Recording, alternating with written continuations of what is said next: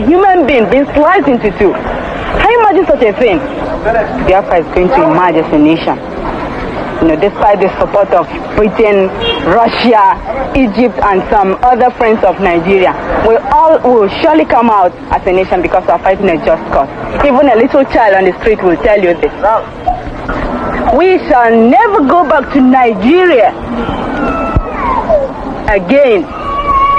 God's grace will surely emerge as a nation. And so, as far as this war continues, we'll fight to the last man.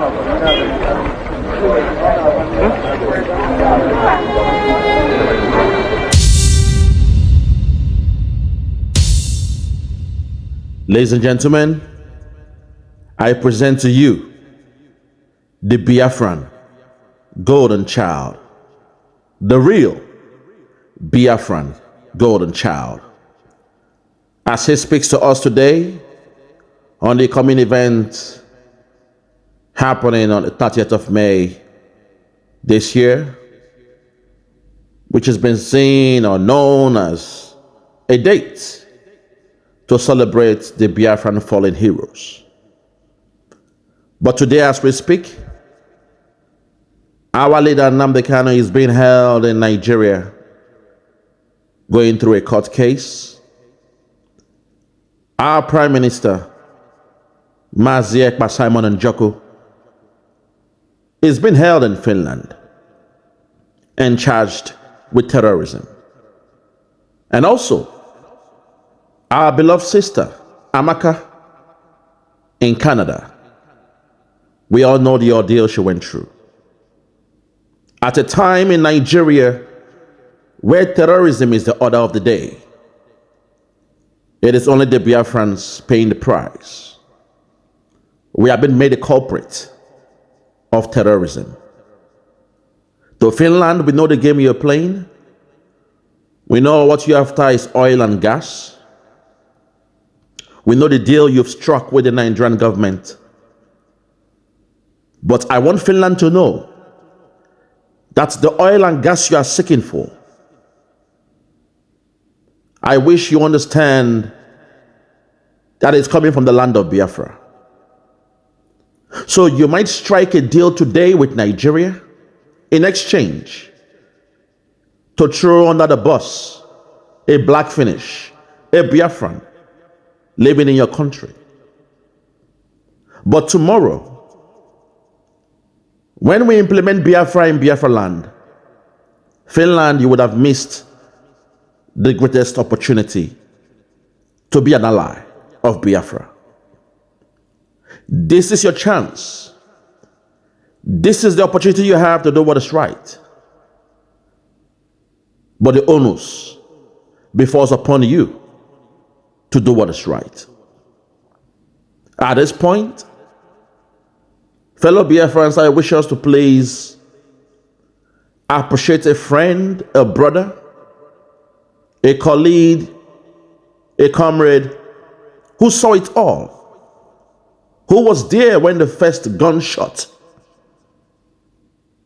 went out in the Biafran war, who was there when Yakubu Gowon instigated that war against us, who was there as a child, who suffered kwashoko, who saw his mother, his sister, kick the bucket, who saw his uncle's arms being chopped off.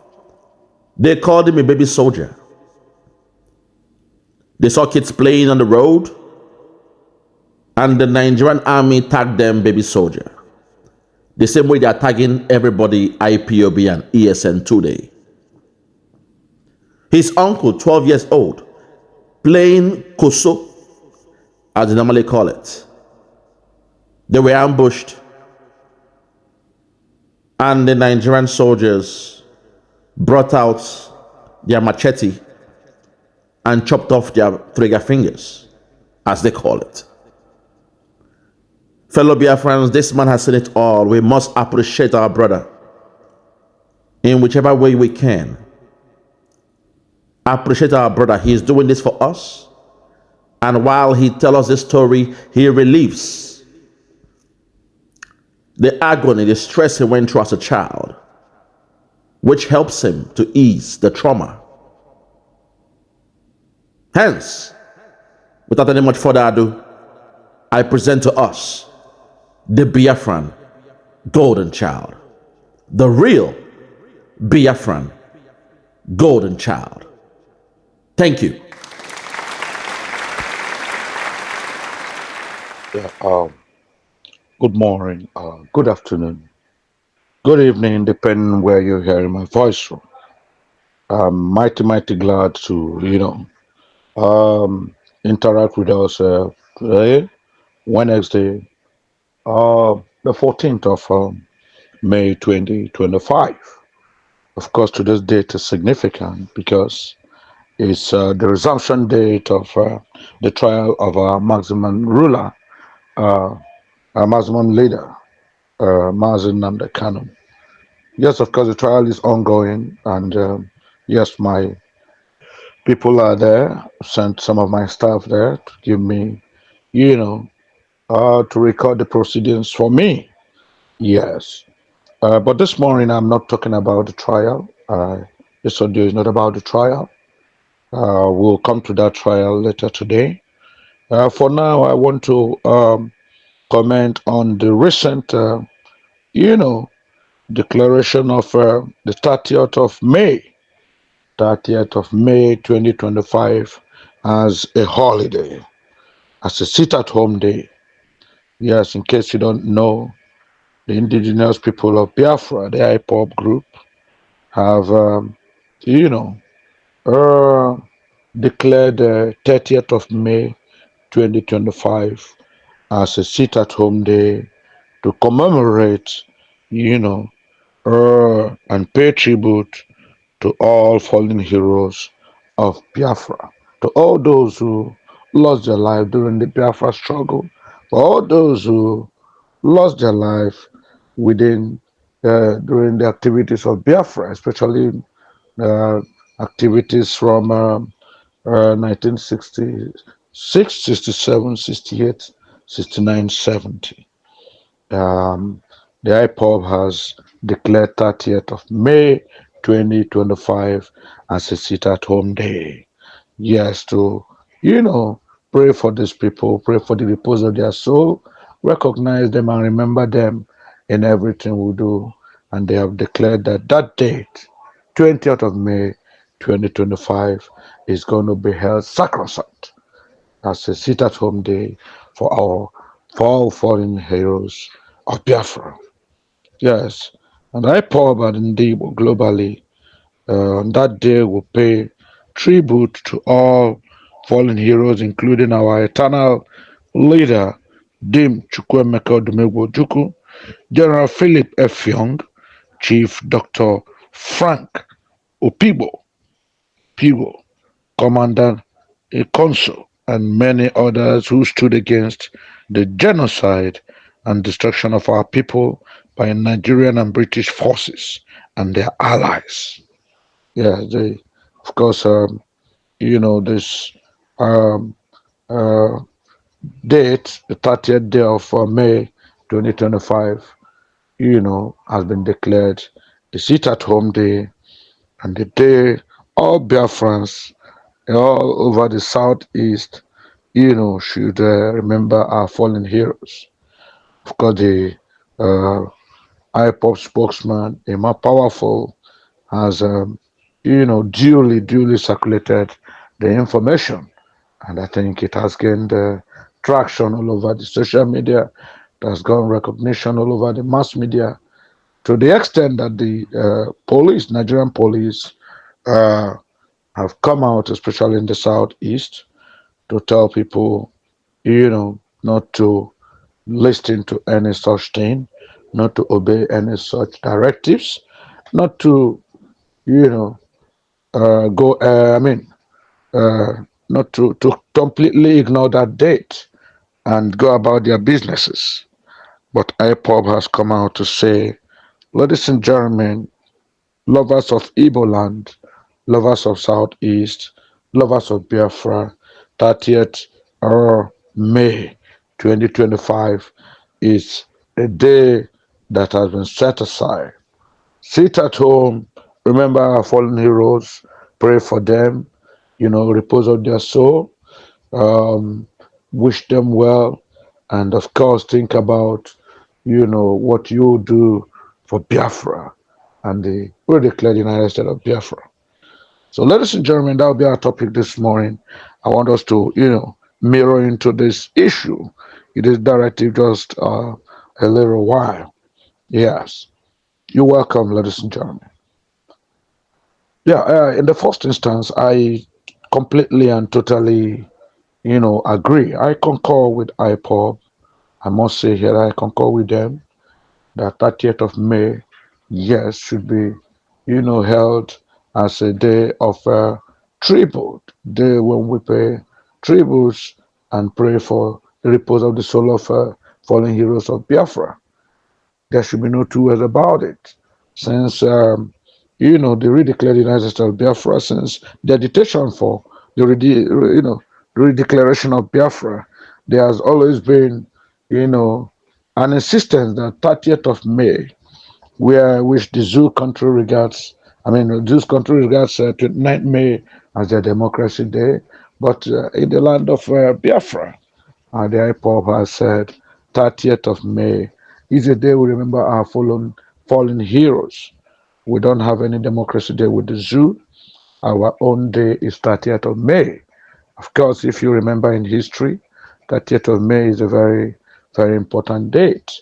Yes, a lot of people have said that 30th of May, was the commencement of the Biafran Civil War. Some have said it equally marks the end of the Civil War within that same month of May, especially because when you look into what had happened to people during 1966, 1967, 1968, 1969, 1970, when there was an unnecessary, a totally avoidable civil war that was, forced on the, peaceful loving people of Biafra, peaceful loving people of the southeast of Nigeria, you would realize that, of course, such an important date needs to be enshrined in our way of life, in our, yearly calendar, and, in the life of, Biafrans.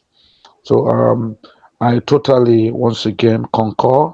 I ally with Emma Powerful on this. This time around, they got it right. I think the IPOP got it right. We should be looking at, how to, remember and honor our dead ones. Those are people who fought indefatigably to defend Biafra land. If not that the odds were against us, if not that, Britain and Nigeria forged an unholy, holy, alliance, where, whereby Britain helped Nigeria to, uh, create a lot of propaganda against Biafra, to the extent that other countries in the world leaders, refused to come to the aid of Biafra, because of course they felt if you go against Biafra, you go against the Great Britain of that time. So because of course we know the unholy alliance, and the pathological love between Great Britain, the United Kingdom, and the North. We know what usually happened. That every time the North wants to take a decision, about Nigeria or its involvement or its being part of Nigeria, it has always resorted to getting advice from Great Britain. You all recall, if you don't know, read this now. You all recall that, before 1960, 1957, when Nahru moved for, nationalists then moved for independence from Great Britain. It was the North then who said they were not ready. The North said they were not ready in 1957. Yes, they weren't ready. And that was strictly because, the British people had told them, listen, if you jump into this independence thing, with people from, yeah, yeah, and that was strictly because, at that point, Britain, had selected the North as its own because he felt The North were highly pliable, easily manipulative, and people who the concept of divide and rule worked effectively on. Because of course you remember that the Hausa has already been conquered by the Fulani, the Islamic jihadists, and of course they had you know established the feudal system where you had an emir and then lower chiefs under the emir. There was, so to speak, a caliphate, you know. So Great Britain found that caliphate, that serfdom, that emirship, highly pliable and easily manipulative to suit its divide and rule tactics, which achieved so much for it. And so they felt that because of, yes, of course, the British people felt that since these people, the North were, we were able to, infuse our divide and rule tactics, and they worked massively for us. We should adopt these people as our own. Of course, they equally remember the resistance that they got from the southeast when they brought their own this divide and rule, and we are trying to appoint chiefs and obis and all that, and of course, trying to create a dichotomy, a power play from up to down, but it failed woefully. It failed woefully in the southeast. It failed woefully in the southwest because, of course, the people were not used to having a king. You know, they didn't used to take directives from a king or lower down to little chiefs and all that. Even the so-called courtiers who represented the British government. No, they didn't want that, and so Britain developed a pathological love, for the North. And so when Nahru moved in 1957 for independence of Nigeria, which we could equally have gotten by then. Unfortunately, the North said they were not ready. They were not ready intellectually, they were not ready emotionally, they were not ready psychologically and physically for independence. Of course, eventually we heard what happened. That Britain had told them, if you jump in at this moment with the people from the southeast, the Igbos, the southwest, the Yorubas, these people know too much. They've embraced enough of the Western education. And when you come, they will lord it over you. They will treat you like they will never take you as equals. They'll treat you, they'll subjugate you, they will manipulate you, and they will make you totally subservient to them. And so the North said they were not ready. They were not ready. In fact, I have it as authority to that at that point, um somehow, I think Mike, Chifobafemi Awolowo told Nigerian nationalists then to move on. Let's move on without them. But of course, the Zik of Africa, our own Dr. Nnamdi Azikiwe, our revered, nationalist leader, and I must call him a powerful spokesperson for the Southeast and leader for the Southeast. Prolific, educated, highly intellectual gentleman said, "No, let us not move on." He called Awolowo to order. He called on the nationalists to order. He said, "Let's not move on.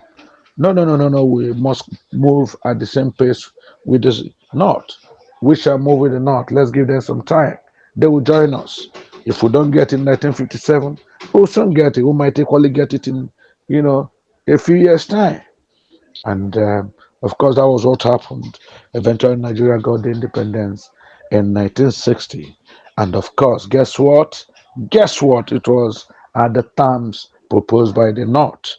The North insisted they were going to be the ones to produce the first executive president, even though we practiced parliamentary rule then. And they got it because, of course, they brought in Alhaji Tafawa Balewa as the first prime minister of Nigeria, while our own Dr. Nnamdi Azikiwe was given the ceremonial position of a president. You know, ceremonial because, of course, he had no executive powers. But ladies and gentlemen, let's leave that. I only got into this bit of history because I wanted to highlight the very unholy alliance, the very pathological love, what we might call very, very, um, I don't know. I don't know. I think there was a particular romance between the North and and Great Britain, our colonial masters, which have subsisted till today. Because if you remember, there's nothing the North does that they don't go to, Britain to seek opinion. Up to today, Britain has been working back to back with Northern leaders. Of course, they have made the North now believe they are born to rule. They have supported, the claim by the North that they are born to rule. But let's leave all that. So, ladies and gentlemen, if you consider what happened to Nigeria, especially since after as an aftermath of the Cardinal Zago coup, when the northern people felt highly aggrieved and aggravated that their emir was killed, Sultan of Sokoto was killed, Alhaji Tafawa was killed in that coup. They now felt, look, no personalities were killed in the southeast, no personalities were killed in the southwest, apart apart from Akintola, the former premier of Northern Region too, who was killed, Samuel Akintola. Apart from him who was killed, they now felt highly aggrieved, and of course they declared a war on the Igbo people because they felt the Igbo people were not killed. Why were people like Dr. Nnamdi Azikiwe not killed? Why were people like Dr. Mike Opara not killed? Why were people like a great lot of people in the uh, southeast? Why were they not killed? So they declared that war, and that war eventually led to the genocide against the Igbos. So, ladies and gentlemen, Ima Powerful and the IPOP people and independent people of Biafra, indigenous people of Biafra, have come out to say, look, people who died between 1966, 67, 68, 69, 70, Biafrans who lost their life in a senseless war, in an avoidable war, and in a genocidal fiat against the southeast should be remembered. If the zoo is talking about its a Democracy Day being 29th of May 2025, of course we Biafrans, we must recognize our day because we don't believe in the May 29th. Whatever of the zoo government, our own date is 30th of May. 30th of May 2025, when we shall, commemorate in full flagrance, celebration all over the world, both in the southeast and all part of the world. We want our people, to pay tribute, to you know to fallen heroes, of the struggle. Yes. Yeah, Dictionary IPOB has asked Biafrans in the diaspora to organize town hall meetings or public demonstrations to show support for the movement and advocate for the restoration of Biafra. So, ladies and gentlemen, it's not just going to be a sit-at-home thing. You know, IPOB has told Biafrans all over the world, please organize, town hall meetings or public demonstrations to show support for the movement and advocate for the independence and restoration of Biafra. So, ladies and gentlemen, this is the time we've all been waiting for. I support it because, yes, issues around Biafra are now on the thresholds of success. I believe strongly, too, that we will go. Everything Biafra will be achieved very soon. We are at the thresholds. And so we must come out vigorously on the 30th of May to say, yes, we support IPOB on this. Yes, we believe Nnamdi Kanu is our astute leader, is a man of peace, peaceful uh, freedom fighter. Simon Ekpa is a peaceful freedom fighter. No matter what charges the Zoot government is putting on them, laying on them, we know all these charges are manipulated. We know all these charges are orchestrated by people who don't see our vision, the people who want to put us in a perpetual condition of subjugation, a people, Zoot government that has nothing to offer the Southeast. People who, over the years since independence in 1960, have tried in every way possible to thwart, to distort, and to, annihilate, the Southeast, preventing them from making any meaningful achievements.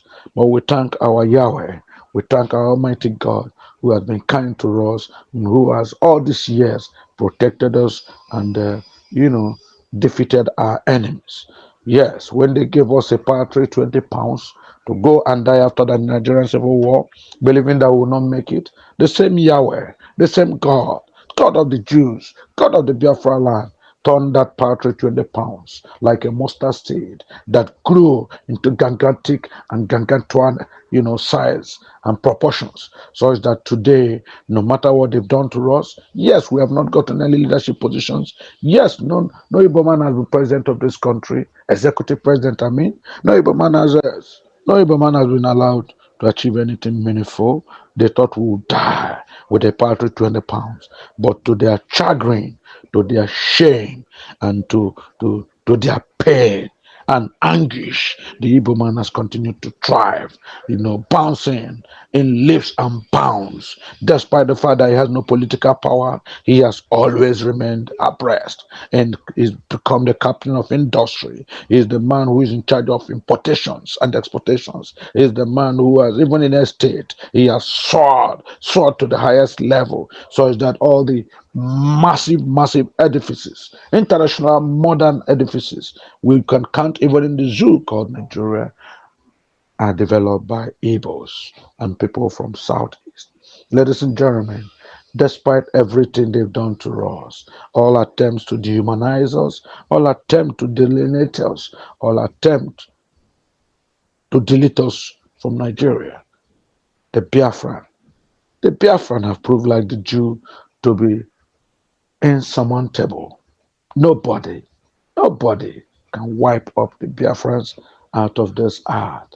We have come and it is our time to shine. It is now time for Biafra to shine. Biafrans, this is our time to shine. So, ladies and gentlemen, 30th May 2025 has been declared by IPOP as a day, Ndibo globally will pay tribute to all fallen heroes, including our eternal leader, Dim Chukwemeko Dumego, including General Philip Afyong, Chief Dr. Frank Opigo, Commander Ikonso, and many others who stood against the genocide and destruction of our people by Nigerian and British forces and their allies. Yes. So, ladies and gentlemen, I don't know if you hear me loud and clear. Yes, today marks, the continuation of the trial of our Muslim leader, Nnamdi Kanu. Yes, we know that trial is going on. No matter what they are doing, no matter the manipulations, no matter how they stood the rule of law upside down, no matter that they kidnapped our Muslim leader from Kenya without due process and flouted both international and local laws, local constitutional provisions. We know our Redeemer liveth. We know the God of Israel, Yahweh. Yahweh is with us. We know at the end of the day, no matter how many masked witnesses they have, no matter how many audios they play, no matter how many videos they orchestrate and manipulate and use as exhibits against our own Mazen Nnamdi Kanu, no matter what they do, Biafrans will still smile. We will still clink our champagne glasses because we know that victory is sure for Nnamdi Kanu. He has killed no one. He has murdered no one. He has not done any organ harvesting. He has not led any militia to destroy any farmlands. He is not a terrorist. Fellow Biafran brothers and sisters, please, this is our time to recognize this clarion call from the IPOP group. I know that IPOP at certain times have really, done things that made us not too happy with them. Of course, especially when we see a lot of infighting, especially when we see a lot of misunderstanding from their camp, especially when we see sometimes, they didn't tally with what our own brother Simon Ekpa and Joko was doing in Finland at that time, especially when our maximum leader, Mazen Nnamdi Kanu, was, under, lock and key of the DSS, at the DSS dungeon. We now know that, thank God, Mazen Nnamdi Kanu's trial is ongoing now. Thank God, any moment soon, we will know the verdict. And we are grateful too, because he has a formidable legal team. where you have a formidable legacy led by somebody like Chief Kanu Agabi, sir. Gabi, two-time Attorney General of Nigeria. Yes, where you have a formidable team that has over 7 sons in their in their kitty. Where you have somebody like Aloysius, Chief Aloysius Jimakor, who has been back and forth, representing our maximum leader, indefatigably over the years. Then, of course, you know that he is fully well represented. Yes, but just in case you don't know, before this today's hearing, continuation of Mazi's case, Chief Kanu Agabi told Ndibo, he told the Igbos, he said, listen, I want to assure you that I will do everything possible. Make sure I do it within the law to ensure that justice and fairness and equity, the three pillars of, of law, rule of law, justice, fairness and equity will prevail in the case of Mazen Nambekano. Forget all the hula ballo about audios, videos, marksmen and no marksmen. Forget all those hula ballos. Forget all those distractions. See them as mere distractions. Of course, they would end nowhere. What we know is that we are going to follow due process. We'll make sure the judge, Justice James Omotosho, follows due process. And once he follows due process, we know that all the, legal errors, all the legal commitments, all the legal wickedness that the Nigerian government have turned upside down because they wanted to nab Mazen and the Kanu at all costs. All those things will come to fall. And of course, yes, justice will prevail. Justice will prevail. So, ladies and gentlemen, I don't have any fears. I don't have any fears because of the trial of Mazen and Kanu anymore. Because we know with a formidable team led by Chief Kanu Agabi, two-time Attorney General of this out of Nigeria, when men were men, not now that Nigeria has become a zoo. We're talking about when Nigeria, when men were men. This man has been two-time Attorney General. So if he's representing Mazen Nnamdi Kanu, that means he believes in total that Mazen Nnamdi Kanu, yes, will be guaranteed his fundamental human rights. And he will make sure that this trial respects freedom of speech, respects fairness, equity, and justice. That is where it is. And that's my happiness about the whole thing. So that's my take on this trial, the trial of our maximum leader, Mazen Nnamdi Kanu. Yeah. So, ladies and gentlemen, in a nutshell, 30th of May 2025 has been declared a public holiday. We have been told that, we should all come out on that day. Those of us in the diaspora, Biafrans in the diaspora, you have been encouraged to organize town hall meetings or public demonstrations to show support for the movement and advocate for the restoration of Biafra. IPOB and Ndibo globally will pay tribute to all fallen heroes, including our eternal leader, Dame Chukwemeka Odumegwu Ojukwu, General Philip F. Young, Chief Dr. Frank Opigo, Commander Ekonso, and many others who stood against the genocide and destruction of our people by Nigerian and British forces and their allies. Yes, powerful said that, and I agree and concur with him. Ladies and gentlemen, yes, the time is pretty spent, and of course, today is our leaders' trial. I want to go back to my team, hear what is happening, and I promise I'm going to feed you back. For now, please, right now, remember our Deputy Prime Minister is up and doing, Dr. Ngozi Orabueze. She's up and doing, and come, there's no going back. We must all hands must be on deck to support her. All hands must be on deck, to continue to insist that Biafra should be given their right of place in the Committee of Nations as a sovereign national entity. That's where we start. No going back. That's where we are. Nobody can rid us of this. Nobody can deprive us of this. Ladies and gentlemen, it is at the threshold. The redeclared United States of Biafra is going to succeed. We are looking at the trial of our maximum leader. We're looking at Simon Ekpa and Jock, even in Finland, no matter what is going through. But I assure you, we will overcome.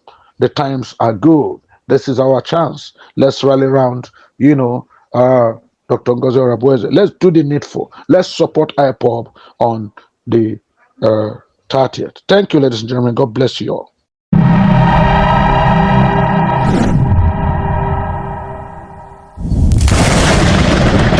Biafra must be restored, for there is nothing the enemies can do about it. You brought Biafra that light may come into Africa. You gave us hope because we are in a continent of hopelessness.